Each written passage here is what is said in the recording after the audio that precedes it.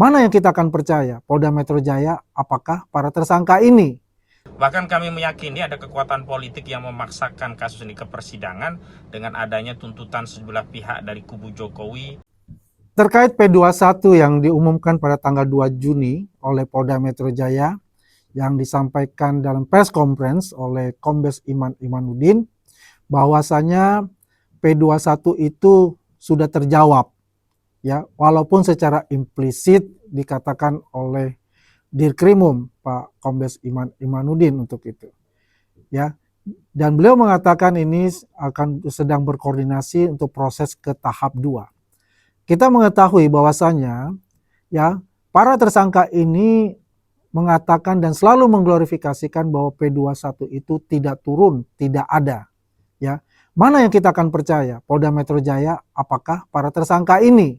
Tapi yang jelas, proses ini tetap berjalan dan tetap berlangsung dan tidak ada SP3, ya. Dan ini masuk ke dalam koordinasi tahap 2 yang kita berharap mereka akan ditahan dan segera dilimpahkan ke kejaksaan untuk proses selanjutnya, yaitu adalah di pengadilan, ya. Jadi ini akan menjawab semua, ya, rasa penasaran para pemirsa, rasa penasaran para masyarakat Indonesia terhadap proses kelanjutan kasus ijazah asli Pak Jokowi yang dituduh palsu ini.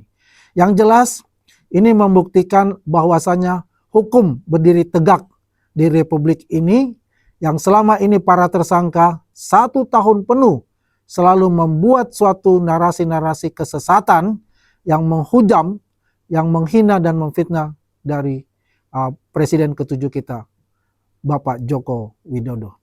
Untuk itu, kita apresiasi sekali kepada Polda Metro Jaya dan pihak kejaksaan untuk segera menuntaskan kasus ijazah asli Pak Jokowi yang dituduh palsu. Terima kasih. Bismillahirrahmanirrahim. Yang pertama yang bisa kami sampaikan bahwa kami sampai hari ini belum menerima surat pemberitahuan resmi tentang status berkas perkara Roy Suryo dan kawan-kawan, apakah sudah P21 atau belum dari pihak institusi Polda Metro Jaya. Yang kedua, justru kami mempersoalkan apa yang disampaikan oleh Direktur Tindak Pidana Umum ya Polda Metro Jaya, Kombes Pol Iman Imanuddin, yang menyatakan akan ke tahap 2 berkaitan dengan penyerahan barang bukti dan juga tersangka, karena bagaimana bisa tahap kedua kalau belum ada surat resmi dari kejaksaan yang menyatakan berkas lengkap atau P21. Yang ketiga, justru kami curiga, bahkan berkeyakinan memang ada kekuatan politik yang memaksakan berkas ini agar bisa dilimpahkan ke persidangan, kendati secara formil maupun material belum terpenuhi apa yang menjadi syarat sebuah berkas perkara itu lengkap. Dibuktikan dengan belum adanya surat resmi dari Kejaksaan Tinggi DKI Jakarta tentang berkas perkara ini P21.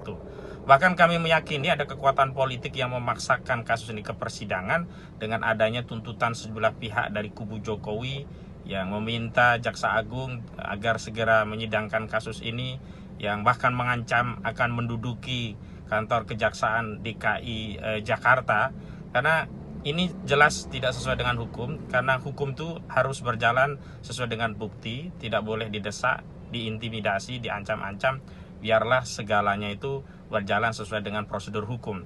Dan yang terakhir, tentu saja kami tidak gentar untuk bersidang karena itu adalah bagian dari pembuktian, tetapi tentu saja tidak boleh ada persidangan yang dipaksakan dengan bukti yang secara material dan formil belum bisa dipenuhi oleh pihak penyidik. Demikian, Assalamualaikum warahmatullahi wabarakatuh.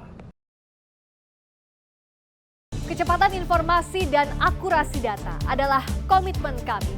Satu langkah lebih dekat, satu langkah lebih terpercaya. Saksikan Sapa Indonesia Malam di Kompas TV Channel 11 di televisi Anda.